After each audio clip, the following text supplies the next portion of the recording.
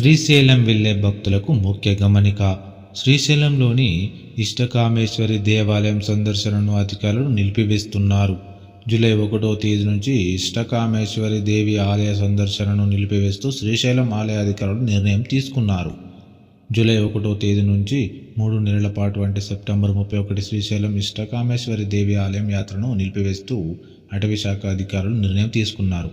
ఈ 3 నెలలు పులుల సంతానోత్పత్తి సమయం. ఈ నేపథ్యంలోనే ఇష్టకామేశ్వరి ఆలయం సందర్శనకు అధికారులు నిలిపివేశారు. జంగిల్ రైడ్ పేరుతో అటవీ శాఖ అధికారులు ఇష్టకామేశ్వరి దేవి ఆలయానికి వాహనాలను నడుపుతోంది. అయితే పులుల సంతానోత్పత్తి సమయం కావడంతో యాత్రకు భక్తులను అనుమతించడం లేదని అటవీ అధికారులు వెల్లడించారు. ఇష్టకామేశ్వరి దేవి ఆలయం నల్లమల అడవిలో కొలువై ఉంది. ఆలయానికి వెళ్లే దారిలో కొండలు, అటవీ ప్రాంతం ఉంది. ఇష్టకామేశ్వరి అమ్మవారి దర్శించుకుంటే కోరిన కోరికలు సిద్ధిస్తాయని భక్తుల నమ్మకం. అయితే పులుల సంతానోత్పత్తి సమయం కావడంతో 3 నెలల పాటు ఇష్టకామేశ్వరి దేవి యాత్రను అటవీ శాఖ అధికారులు నిలిపివేశారు.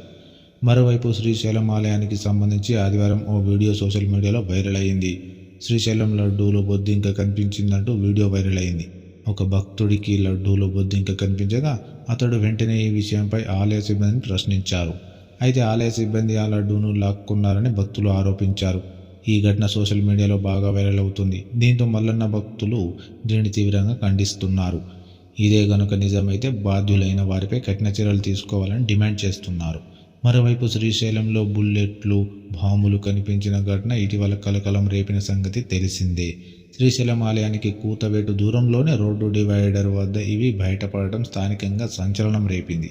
అయితే పోలీసుల విచారణలో ఇవి పోలీసు విభాగానికి చెందినవిగా తేలింది. ఓ పోలీస్ సిబ్బంది బుల్లెట్లు ఉన్న సంచిని అక్కడ మర్చిపోయినట్లు విచారణలో వెల్లడైంది. అయితే ఈ ఘటన మాత్రం తీవ్ర సంచలనం రేపగా భక్తులు ఆందోళన వ్యక్తం చేశారు.